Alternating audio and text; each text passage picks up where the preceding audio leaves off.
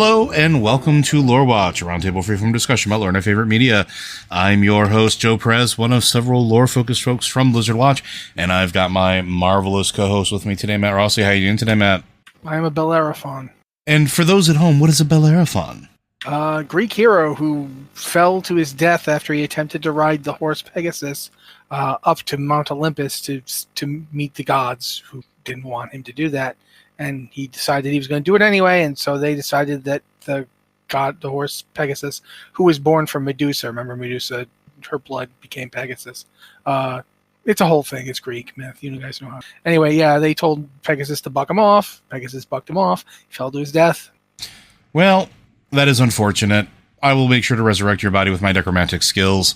But friends, we're not here to talk about that, although we could eventually do something about Greek tragedies or Roman tragedies or mythological tragedies. You let us know if that's something you're interested in. But we're going to be answering your questions, our wonderful listeners. If you have questions for this or any of our podcasts, be sure to send those in. You can hit us up on our Discord server. We have the Patron Q and Podcast Questions channel.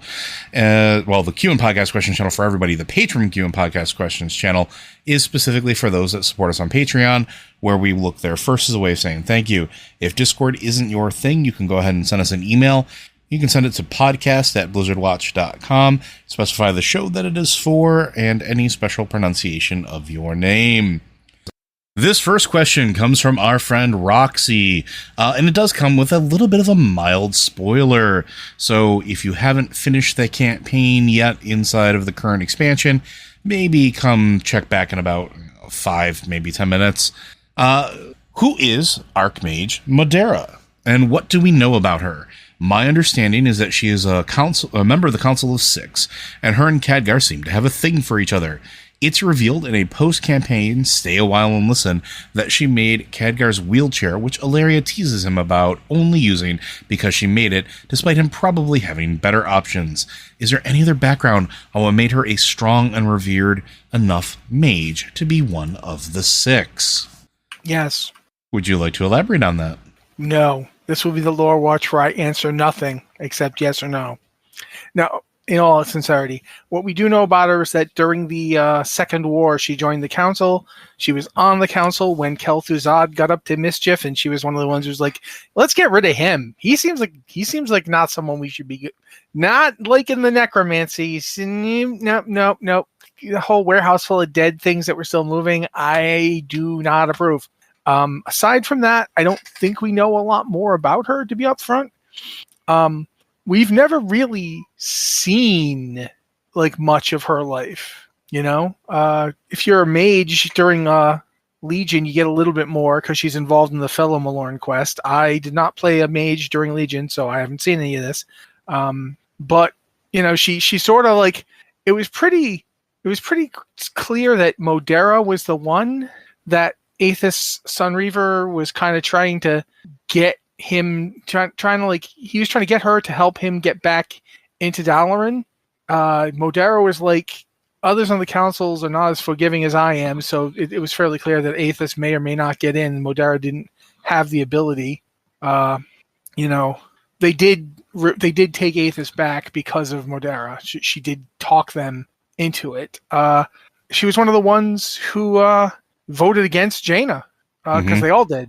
So that was interesting. Now that Jaina's head of her own kingdom and Dalaran's been destroyed, I don't know what's going to be going on with that. There's also the bit where Modera asked Khadgar if he wanted her to kiss his head because somebody plucked some hair out of it to use on the black market. I'm not sure what that deal was, but I know that happened. She also helped fight High General Rakish on the Exodar. Mm-hmm. She was one of the mages that was there to fight him and try and save I want to say Oros. I think that was his name. I can't remember now her names. My God, they're all kind of like, they all sound like a noise you make. Rose, they don't sound like people. That's me being bigoted against Naru. I don't care. But yeah, like that, it really isn't much more we know about her other than stuff we've seen her do. When Jaina was still head of the Kirin Tor, Modera went to the Isle of Thunder for her. Obviously, after she got booted. She was, it was basically Khadgar was in charge again. Modera was involved in stuff that he did. But again, a lot of this isn't stuff. It's stuff we see, but it's kind of like other characters where they don't have major storylines. They're just around. Yeah, she's been around mainly in like a lot of the novels, though, too, including, I believe, the manga. Not just the manga. She was actually there for the novel. Like the first novel with Deval Prester. She's involved during that time. Yeah, she was also in the Tokyo Pop Blizzard Legends Mage book as well, which is one of the mangas, which is one of the things I was referring to. But she's in a lot of the novels. So, like, one of the things we see is that during the Second War, she was already a member of the Council. We don't know, like, maybe the lead up to that, but as Matt pointed out, this is the Council that chose Ronan to send him on a mission to investigate whether Deathwing had really returned. Then this is the tie-in with the Devil Prester, who was rumored to be Deathwing. Modera and Drendon, who is relevant to some of the stuff that happens at the beginning of the story, then worked to discover it was true and went to the capital city where they met Tyrannus and Prestor, where they basically weren't able to discover much more about Prestor. But then, thanks to Ronan, Crossus, Varisa, and a slew of others, Deathwing's plans were able to be thwarted. Shortly before the Third War, as Matt pointed out, she spoke out against Kel'Thuzad's use of necromancy. She was present, one of the mages there that happened to discover his methods of using his experimentation, discovered his necromancy, and was helped in the expulsion of him from the Kirin Tor. We know that she also was a pretty stalwart defender of Dalaran especially in Wrath of the Lich King, because when Dalaran moved to Northrend, she was one of the ones that was tasked with defending the city.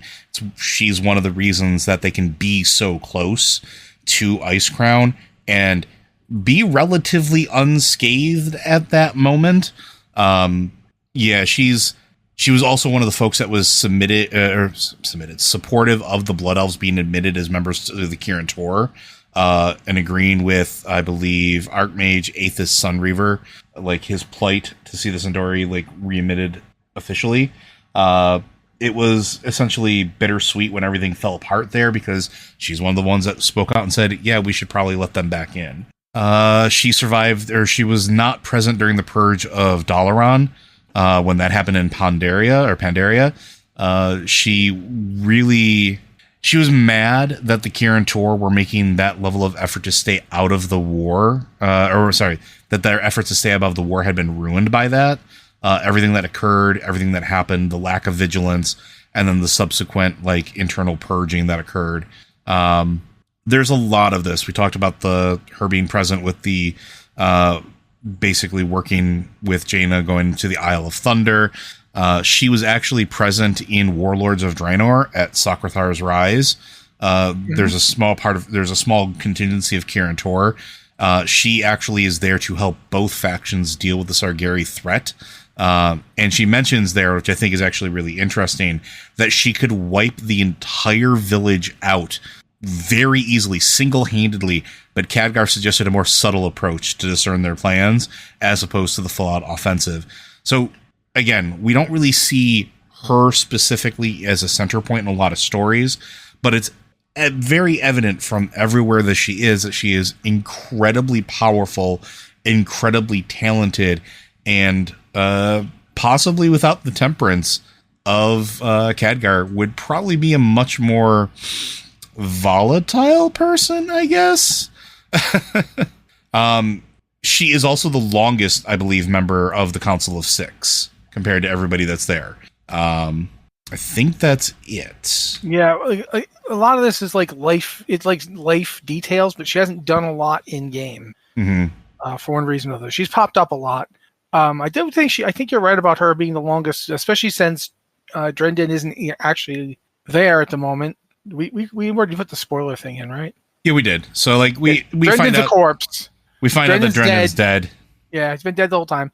Carlane, however, is still there. He's been there a while, and I think Anselrem Runeweaver, the one whose daughter is a pirate. He's also been there a while, but I think Modera's been there the longest. I think she was on the exact same council with oh bloody heck, God, the one that was Jane's mentor. My God, I can't remember his name. This is gonna drive me nuts. Antonidas. She was on the council with Antonidas, which is the council from the original Warcraft games. So she's been there for a bit. She was on that council while Khadgar wasn't around because he was out in Outland. So that's worth keeping in mind.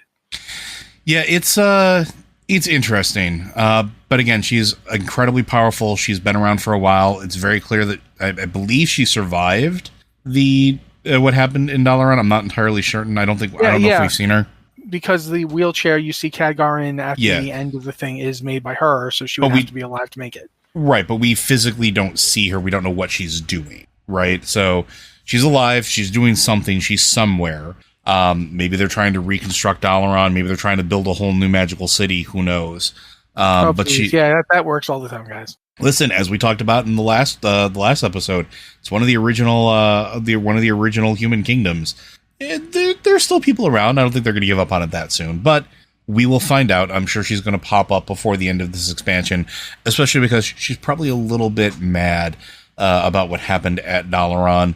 And if she's already got that much of a temper and that much power, it's going to be good. It's going to be real good. But I think we're going to move on to our next question there. This one comes from Vixilink.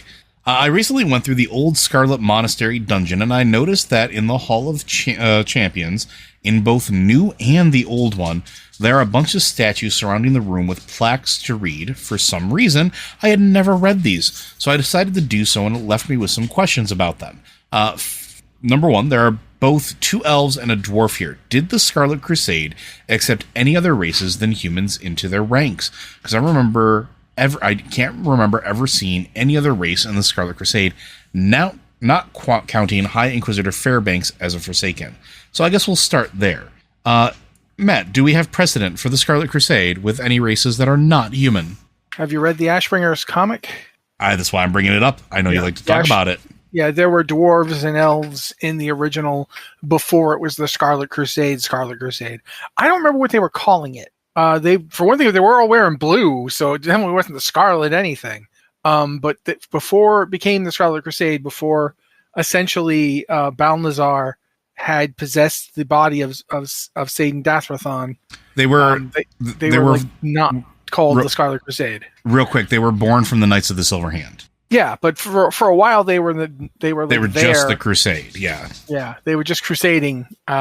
So those people were in that group when the false Satan Dathrathon declared the Scarlet Crusade and essentially broke away. And I don't think that they were initially, to say they were xenophobically they were everything. If you weren't human, they hated you. That wasn't the way they were then. It feels like that kind of crept in over the past, as the war against the Scourge got worse, as the elves closed their borders, as the dwarves pulled back to Airy Peak. They kind of were like, okay, they're leaving us, they're abandoning us. I mean, look at guys like Garithos. Garithos wasn't in the Scarlet Crusade, but he's very similar in terms of his mindset. Yeah, I think we find out, I think it's in the Warcraft manual, like the original like vanilla Warcraft manual that came with the game, where it gives you like some of you may not even remember manuals. You might not even be that old enough to remember. But it was like almost like a little bit of a guide to the individual factions. It's also where, just a little fun fact before I go into just this part of it, where dwarf mages were still referenced before dwarves could be mages, because in the original design, they were going to have dwarf mages almost like runesmiths, and then they scrapped it at the last minute because they wanted balance. They thought it would be different, or they wanted to make it a little more balanced for the races.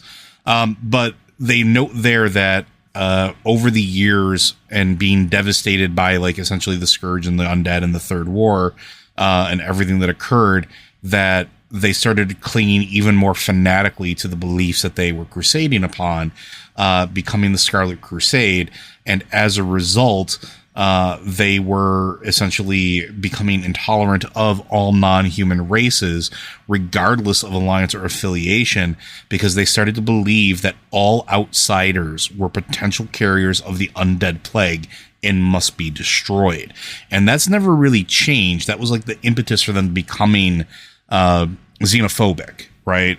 That was what started them on their path to get rid of everybody and everything, because they didn't fully understand the source of the plague. And if they did, they were being twisted and manipulated and pushed, as many of these organizations and powers are off to be. And so, yeah. So when you go there and you go to the monastery's been there longer than they've been bigots. It was there when it was supposed to be a bastion of essentially truth and light, and the staging point and training grounds for new recruits of the Silver Hand into, what were Crusaders, essentially. Yeah, and it's also something we don't mention really enough here is the fact that one of the biggest reasons that there was so much confusion as to like what group was where and who was doing what was Arthas Menethil. Mm-hmm.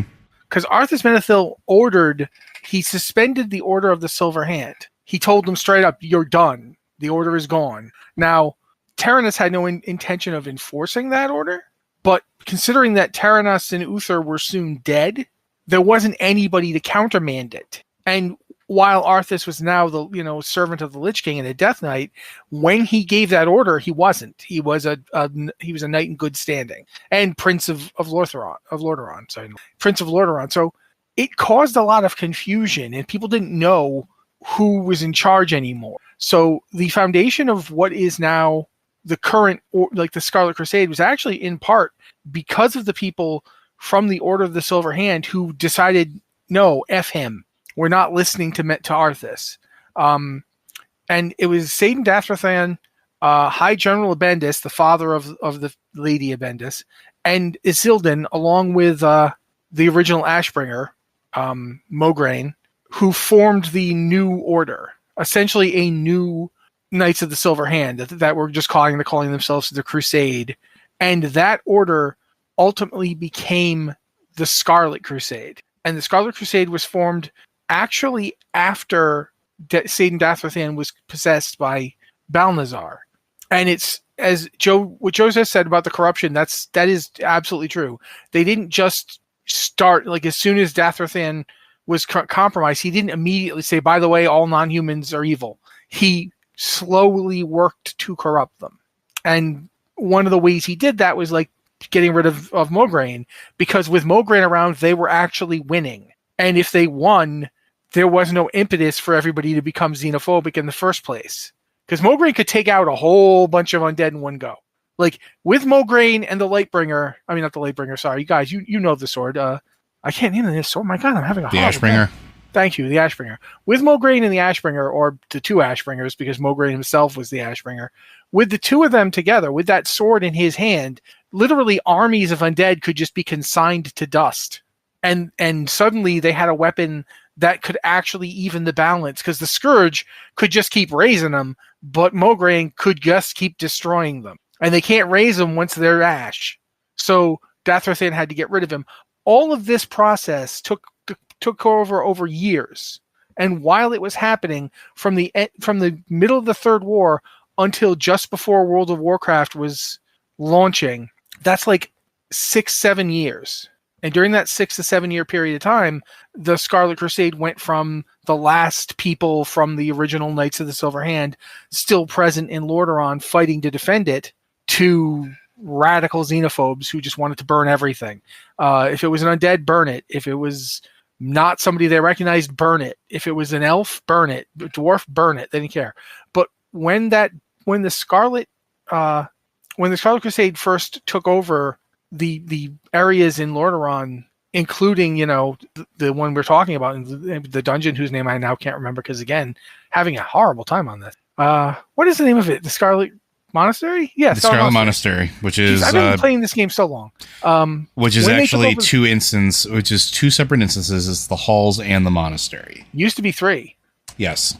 Yeah, it used to be 3 instances. But the monastery wasn't always the Scarlet Monastery. They literally took it over because it was a monastery dedicated to the light, and the church was practically destroyed in the north. The same reason that the Knights of the Silver Hand weren't as available. The Scourge had crushed everything. So yeah, those statues were there to, honor non-humans who had still, helped them before they finally went nuts. Yeah, and just to circle back to something else, too, about the Scarlet Monastery in general, it was originally a Church of the Holy Light. That's where the cathedral was. Then it was taken over by the Scarlet Crusade at the end of the Third War and turned into their base of operations. So slight clarification on my part. Just want to make sure I put that out there. So hopefully that answers that part of your question, but we got a couple more to go through. So you talk about some of the specifics. So one of the dwarf statues is Dorgar Stonebrow. And it's referred to on the plaque as a Lord of the Red Caverns. What place could this be referring to? If it's a place that has yet to be put in the game, could it be somewhere in a still inaccessible zone north of the Western Plaguelands, and could it be added to the Midnight expansion? Do we have any information about Dorgar Stonebrow? I'm pretty sure that he looks like a mountain thane with his double weapons or an avatar, but I don't think we really have anything more besides what that statue says, right? Yeah, because that's the only reference to it. That statue is all we've got. Yeah. He's a well-known warrior of the Scarlet Crusade. There's a big statue in his honor, and we really have no idea what any of this is. The last time the guy was supposedly seen was in the mountains of Alterac, but we don't know what he was doing there. Which, there's speculation that the Red Caverns might be part of the Alterac Mountains, and that he may have indeed been a mountain thane, but again, we don't really have any information about him whatsoever. And it could be something that we got to see later or go back to, but it could also just be something that's been long since forgotten. So there's some speculation that the fact that his name is spelled Stoen is not on purpose, but a typo, because his other character's named Stonebrow. Mm-hmm. And they're like, they seem to be in the Ironforge area. At least Jormund is. He's kind of a tailor, I think. He's a tailoring trainer in, I just said the word, Ironforge. He's a tailoring trainer in Ironforge, so maybe he's related. Maybe the Red Caverns is, as you pointed out, in Alterac itself. We really don't know. We keep forgetting, while Alterac was a human kingdom, there were a lot of dwarven areas in their control in Alterac. Mm-hmm. That humans just didn't bother to. It's like, why would they push them out? They're perfectly good trading partners. It's not like they were fighting them or anything. So yeah, that's the deal with Dorgar and the Red Caverns. We know almost nothing. Like, literally, what we have is a statue of the guy. The next one is the statue of Farron Marcus, which you mentioned, which mentions a battle known as the First Summertide Assault. So that is actually something that I think we do know about. The Summertide Assaults were a series of battles between the Scourge and the Scarlet Crusade at the Scarlet Monastery in Triswall Glades. It's sort of like it was a turning point, and was a major defeat for the Scourge's plans to seize the monastery, which, again, look at where it's located, look how close it is to Lordaeron. It makes sense that they would be assaulting there. There was a contingent of Scourge led by a powerful necromancer, I think it was Diodor the Damned, where they launched numerous attacks against the Scarlet Crusade, which Diodor led the Scourge army to victory in the first one, then 2 assaults on the Scarlet forces, but the monastery was never captured. So, and there's references to this if you go back and play vanilla or classic WoW. You may have noticed that when you run up to Scarlet Monastery originally, there's waves of Scourge that rush the monastery. And it's something that I had literally forgotten about until you asked this question. And then it unlocked like a core memory, because I remember sitting there waiting for like a couple members of my guild to show up and having to like fight off random Scourge that would just run up and try to like, hit us while we're waiting to zone in on through the door. But then what happened during the first assault is that High Abbot Farron Marcus, who was the High Abbot of the Scarlet Crusade at this location, died fighting Diodor the Damned. He was part of the reason that they were not able to take the monastery. And then by the time the third assault happened, the Scarlet Elements had succeeded in basically understanding what Diodor was trying to do, outmaneuver him, and then repelled them from the vicinity, killing Diodor in the battle itself. After that, the Scourge, which was likely under the power of the Necromancer, being directed by the Necromancer of Diodor, who was from the Cult of the Damned, no longer had an interest in that location, and other things were sort of happening at that time. So, Arthas and, the Lich King, so to speak, their attention were elsewhere. Moved a little further north at that point. And then the last one is Aurelius Fireleaf. Oh, sorry, was there anything you want to add to that? Well, I was going to actually mention Aurelius. He was the High Wizard of the Scarlet Crusade after being a citizen of Quel'Thalas. We don't know how he ended up there. Like, there's nothing... We don't know why he didn't go off with the others from Quel'Thalas, why he wasn't in Dalaran, why he decided to fight alongside the Scarlet Crusade. We have no idea. Supposedly, he's locked in eternal combat with Daisilvan, who is a necromancer of some sort. But other than the fact that the two of them are in eternal combat, we don't know where they are. Yeah, and it's one of those things where, like, it never is explained. It didn't have any in-game nods besides the statue. Part of me thinks that instead of having like a deep lore connection, it may have just been something to sort of really fill out that part of the old world, if that makes sense. In the early days of WoW, the environmental storytelling was good, especially for the time. It's gotten way better over the years as they figured things out. But in looking at Lordaeron specifically, going there, you can tell what happened, but then you look at the surrounding area, you look at Tirisfal, you look at, going as far north as the Scarlet Monastery and beyond. And a lot of that was sort of filled in with things that at the time really were just kind of put there to sort of be cool, not necessarily have overarching lore implications.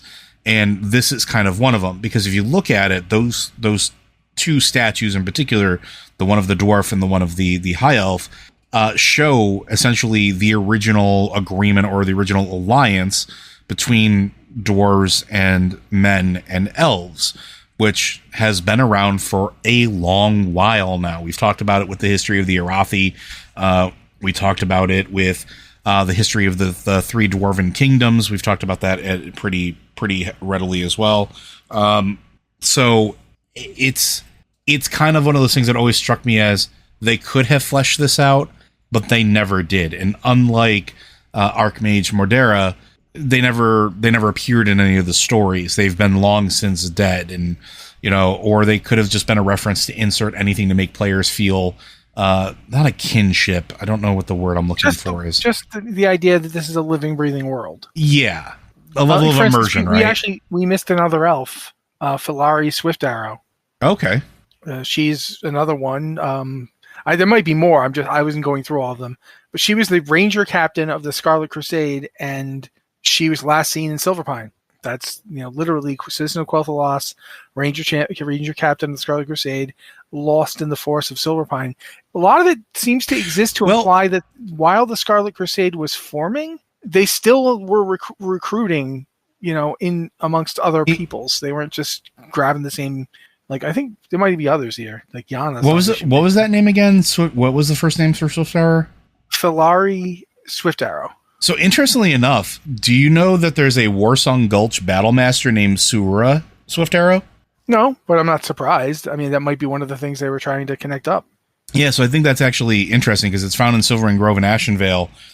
She's the leader of the Silverwing Sentinels there, which, were essentially rangers. Ostensibly, they were Night Elf Rangers. She was also part of Tyranda's reinforcements. That's interesting because those are Night Elves, whereas this is a High Elf. So, but then again, High Elves were once Night Elves before they just got on their boats and sailed across the ocean. So, yeah, but it's interesting. The whole deal of these characters is pretty, in my opinion. So apparently, and also just so you know, I think she's dead now in game. The other Swiftarrow as well, and has been replaced with Haldrissa Woodshaper, who then was replaced by Anaris Windwood, because elf names are a thing that exist. But yeah, so like there's a ton of those old connections, and hopefully that maybe sheds a little bit of light on it. But I think we're going to go ahead and move on to our next one there. And this one comes from our friend Sinstrom. I really like the idea of on everything tying back to Yasharaz. Also, it was really interesting hearing the ideas about Beladar potentially being an Aru. Fortunately, I hadn't completed the Ajkahet chains yet and was working on them today. With the podcast on my mind, I came across the point in the story where we see, and I'm going to pause here, mild spoiler, come back in maybe 5 or 10 minutes, where we see the comic/cinematic about the Queen, Princess, and Xal'atath.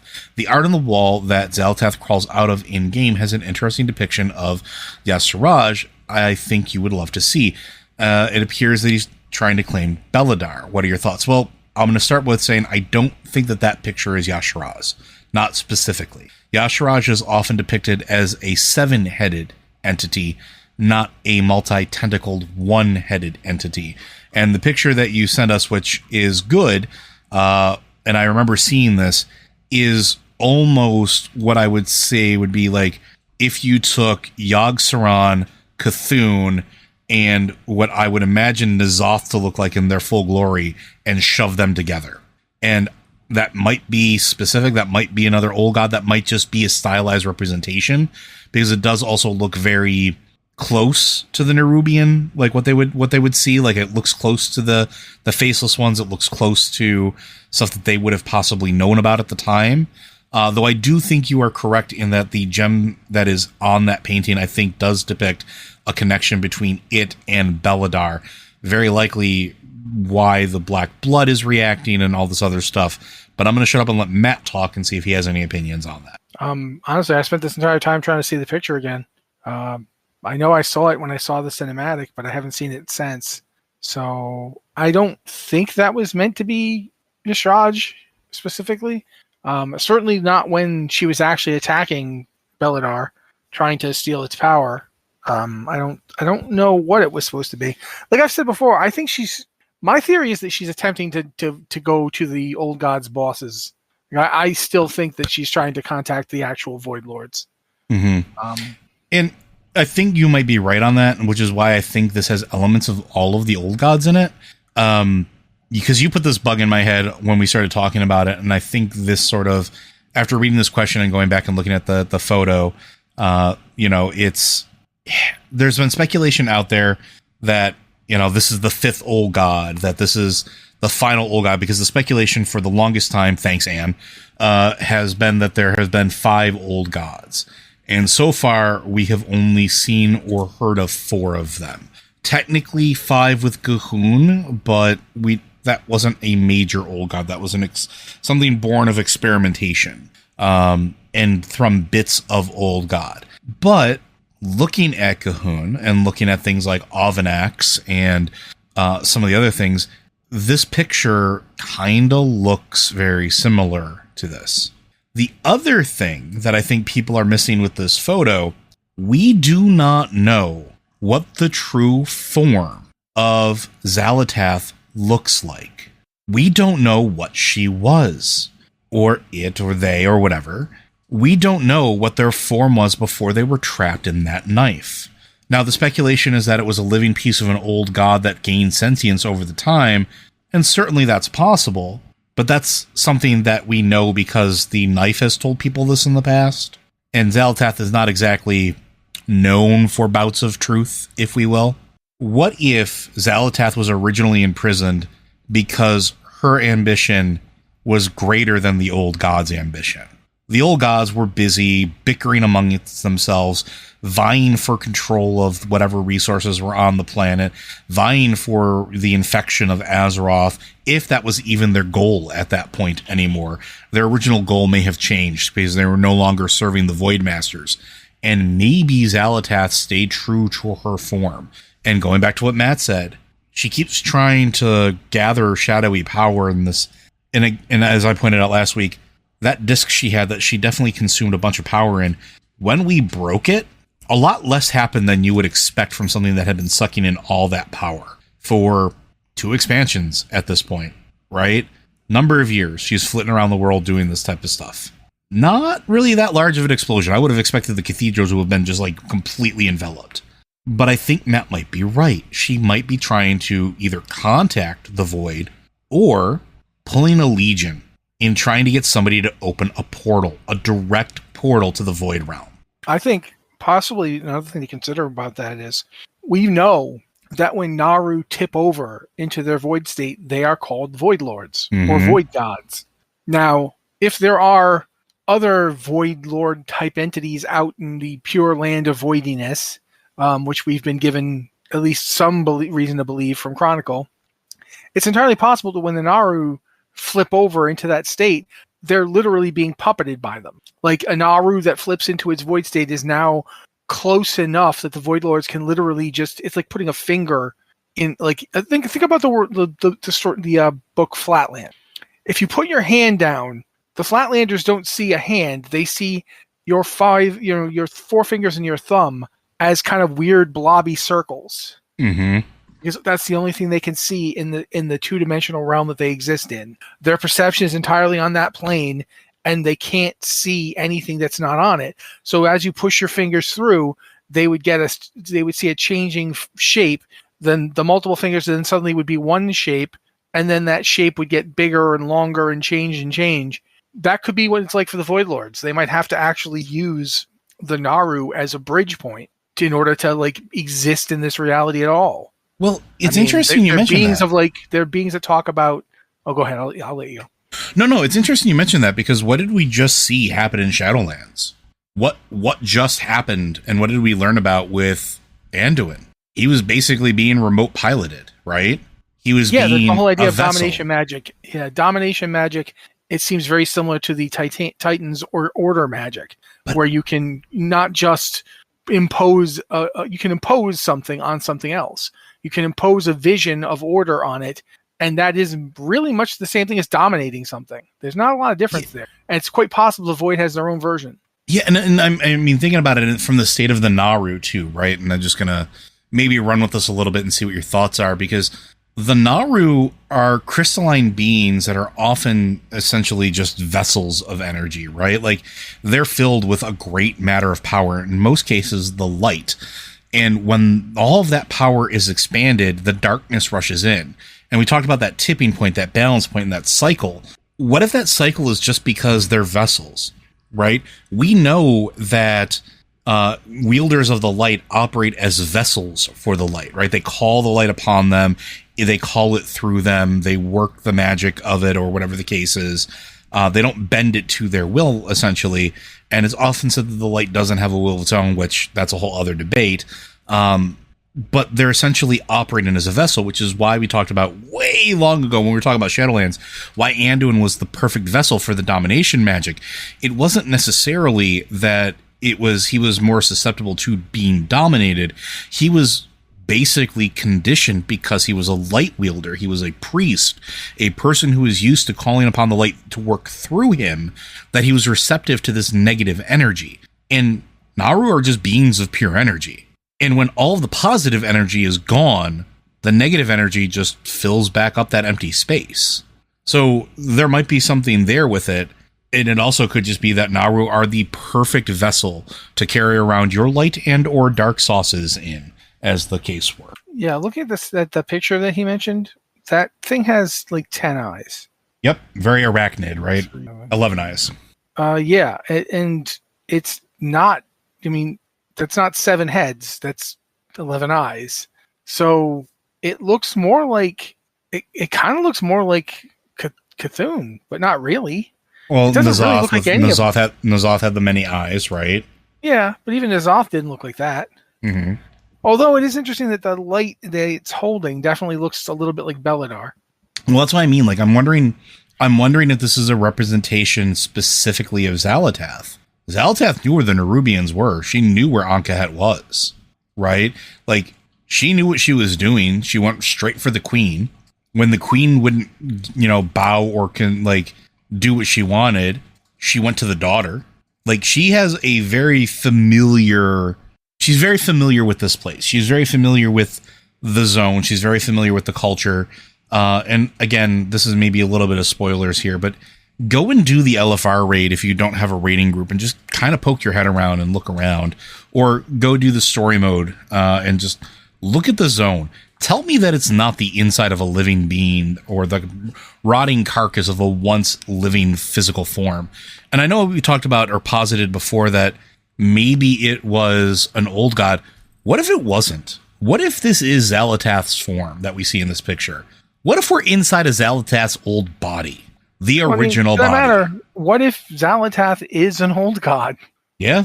You know, or was an old god, and then they all turned on Xal'atath, and she's the one that lost. Yeah. And like we know that Xal'atath held them in contempt, you know. But then the question is, then why would N'Zoth let her go? Because he saw that it had already had to happen. Remember, it's quite possible that N'Zoth was operating on his understanding of the future as brought to him by a bunch of adventurers from the future.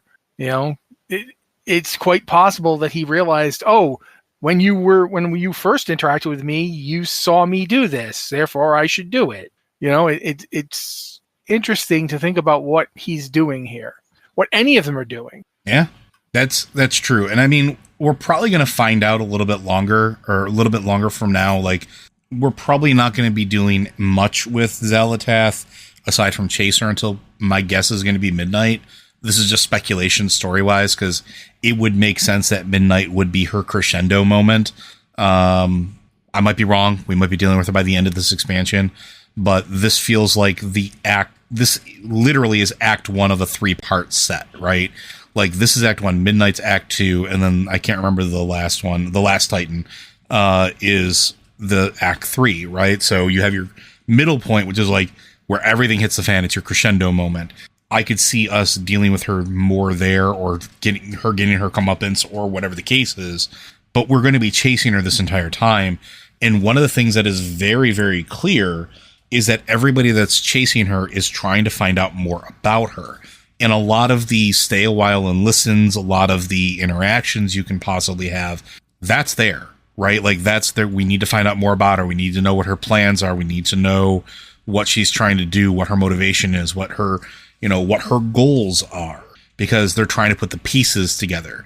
You have the Arathi participating in that with as well, because they've dealt with the Nerubians. You have the loyal Nerubians who are helping with that as well, because they have the history with it. You have the Earthen, who kind of are just there as support, because they haven't really dealt with that, but they know things from the Titan side a little bit. Emphasis on the little portion of it. Oh, wait a minute. Go for it. What'd you get? I mean, we know that the Titans were experimenting with old god bits, as you pointed out, and that's how we got Cahoon. Go for it, because I think you're going to say the thing that I was leading up to. I'm just thinking, we know that they were experimenting with them at Uldir, because that's what Uldir was for. Mm-hmm. But we also know there were other Titan facilities, including the one that Tyr was doing the Galakrond research at. What if Xal'atath is inherently Titan, and the Xal'atathiness of her is the corruption, essentially flipping her from light to void in the way that the Naru flipped from light to void, and she's attempting to essentially make herself more void than the old gods. She's trying to supersede them. Her contempt for them is from her Titan nature, but her choice of, like, her progression might be something along the lines of what we've been dealing with all along. This whole concept of, what if a Titan embraced the void? Well, what if a Titan forged thing embraced the void? Yeah, that's another place that I was going to kind of go with it too, is what if Azj-Kahet was the aftermath of a Titan testing facility? Because we know that the Titans were here. We know that the strict protocols and oaths were in place for a reason. When the oaths were broken, a Titan destructor was summoned to assault Dornogal and to take out the Earthen. Yeah, why? Why? Why is that so secrecy? The whole thing is this. There's this whole thing about, there's a Titan keeper somewhere, and we don't know which keeper it was, and we don't know if it's any of the ones we knew or not. There's a Titan keeper involved in all this, and they're all like, the Earthen are like programmed not to think about it, to the point where they were having brain rot, even just trying to think of it, to where Azeroth had to interfere to change the process of earthen recreation in order to allow them to operate against these parameters. The other interesting thing about that is when you're unlocking the archives, you see references to 3 very specific titans. The archives give you the Aman'Thul, Norgannon, and Aenar. Like, very, very distinctly, those are the 3 titans as we've last see them. Are like in those forms are displayed on the holographic projector. I don't think that's an accident. And now you're making me think about the fact that, like, what if they, on one hand, they were trying to experiment with old gods, but on the other hand, Xal'atath was really interested in the earthen reawakening process, the awakening machine. Mm-hmm. And that implies that maybe there's a reason that she would be. And well, I'm going to throw this out there real quick for you, Matt. Look at the Scarden. What are they? Yeah, I don't know what they are. But giant mutated gem-encrusted earthen gemstones. What are gemstones really good conduits for? Well, we just got done watching her use one for something. Yeah, there's something about all this that makes me think that we're looking at another example of Titan interference. What if this is the reason why Aman'Thul hates nature so much? This was their experimentation.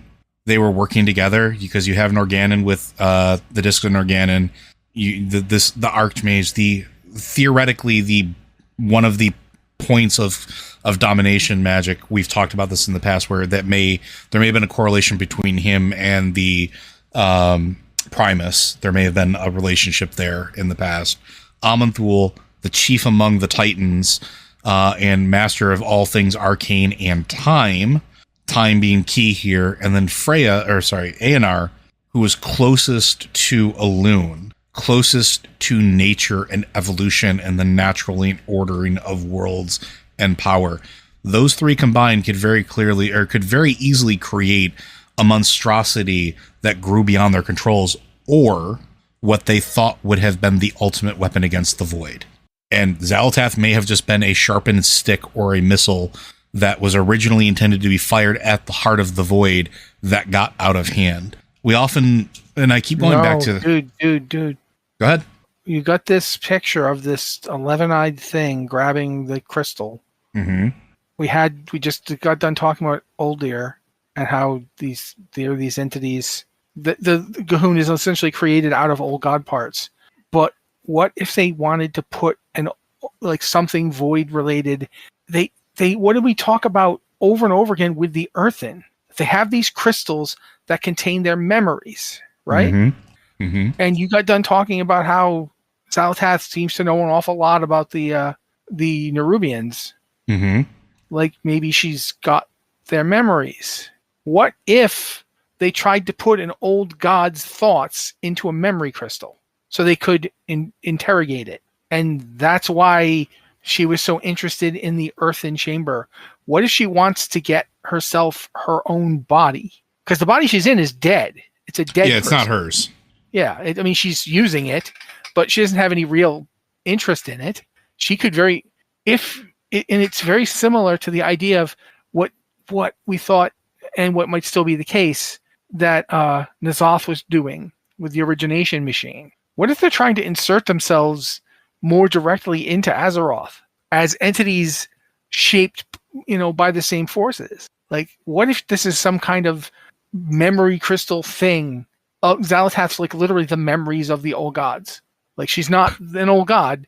She's an entity born out of doing with their minds what they tried to do with their bodies. Tried to do it with their bodies, created this unholy blood disease thing. Tried to mess with their minds, tried to understand how they think, and you create something that thinks like a Titanborn, but understands the void. Like, you create this mind that's in its own way just as dreadful and terrible, but can think orderly. Because it's a database. It's literally, here's every old god's thoughts we managed to capture. We managed to put them in these chains. Here's a recording we've made with our crystal devices of their memories. Like, now let's analyze this. And then you end up with this horrible thing. Mm-hmm. And that is something that's floating around in my head. I'm not sure I've got it baked enough yet, but it's floating around in my head. Yeah, there's a lot here. There's a few threads that we could possibly pull on that are... Xal'atath is going to be interesting when the full truth is revealed, because there's so many things that Xal'atath could be. And I think it all sort of pulls back to this, right? It's... That old 1,000 Fruits again. Yep, exactly. Matt, so parting ideas on that thought before we move on? Earthen are essentially these crystals that form their memories and experiences, and then after they die, quote unquote, their crystals are then put into an archive, which is later linked up to the Awakening Machine and creates a new Earthen, right? Mm-hmm. Naru are big crystals that seem to carry the life essence of a powerful light-based being that can then flip into crystals that suddenly become void-based and create something called a void god or void lord. So is Xal'atath a void lord? Is she the first Titan-created void lord? That is an interesting prospect. Yeah. And if not, then is she something else that has managed to find a way to physically incarnate itself repeatedly? Once through, we keep acting like she was freed from the knife, because that's the language she used, right? When she's talking to N'Zoth. Yes, that's the language she used when talking to N'Zoth. So it's quite possible that she wanted to be freed from the knife because she wanted to go from that limited state of existence to one that is more like, essentially the Curse of Flesh makes things able to do more. Like that you're able to oppose cosmically calculated odds. She wants that ability. She wants the ability to do things that the Titans wouldn't let her do. To like be more than some creation of either the Void or the Titan. She wants to be capable of deciding her own fate, right? And that seems to me to be the kind of freedom we're actually talking about here. That is possible. Yeah. So the other thing I think is interesting, real quick. Go ahead. I was going to say, the way you mentioned it, and this is something that just kind of popped in my head, the way that Earthen are reborn, what does that also sound a lot like that we dealt with back when we were on Argus? Yeah, it does sound like the way that the demons keep getting new bodies. Yeah, where their essence is essentially distilled down and transferred back in and made manifest. Like, there's a lot of, like, and it sounds also very similar to things we learned about in Shadowlands, too. With just looking at anima, because I mean, essentially the Earthen's memories are anima, right? Like at the most distilled form of it, those crystals are full of anima. They're full of energy. They're full of power. Yeah, and it's also worth pointing out that those crystals are not used to just put that mind in a new body, because the mind isn't there. The spirit or soul is not what's recorded in the memory crystal. Mm-hmm. It's memories. You just use them to synthesize a new understanding. A new being is born out of the combination of stuff into the archives, which is very similar to how when people die, their anima goes to the Shadowlands and doesn't come back. Like there's life can come back, but they don't usually. And the ones that do have to get basically taken to a special place and tended so that they can. The Ardenweald exists so that some resurrection, some reincarnation is possible, but not everybody gets that. Mm-hmm. But the life force does go back. The life force either either leaves the Shadowlands or never goes there in the first place. I think it's interesting that the Titans are never supposed to go there. And it makes me wonder about the Titan forged beings that go there. Like their memories and life experiences go there, but that's not all of them. Is that what they mean by the Titans are never supposed to go here? Since the Titans are never supposed to die in the first place, and therefore their complete incarnated being isn't supposed to go to the Shadowlands is only supposed to deal with their anima. So there's a lot of possibilities here that I don't know that we have a lot of room to talk about. Yeah, we only have so much time, and as a matter of fact, I think we are sort of butted up against it. So I think that's going to do it for today, friends. Again, Blizzard Watch is made possible due to the generous contributions at patreon.com/BlizzardWatch. Your continued support means that this site, this podcast, and community are able to thrive and grow. Blizzard Watch supporters enjoy exclusive benefits like early access to the podcast, better chance at having your question answered on our podcast with a Q and an ads-free set experience. Again, if you have questions for this or any of our podcasts, be sure to send those in. It's podcast@blizzardwatch.com if you want to send us an email. Just specify the show that it is for.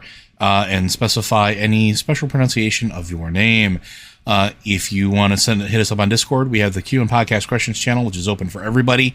And if you are a Patreon subscriber, you can hit us up in the Patreon Q and Podcast Questions channel. All of the same rules apply. We just happen to look at the Patreon channel first because, well, you help us keep the lights on. With that, folks, we'll see you next week.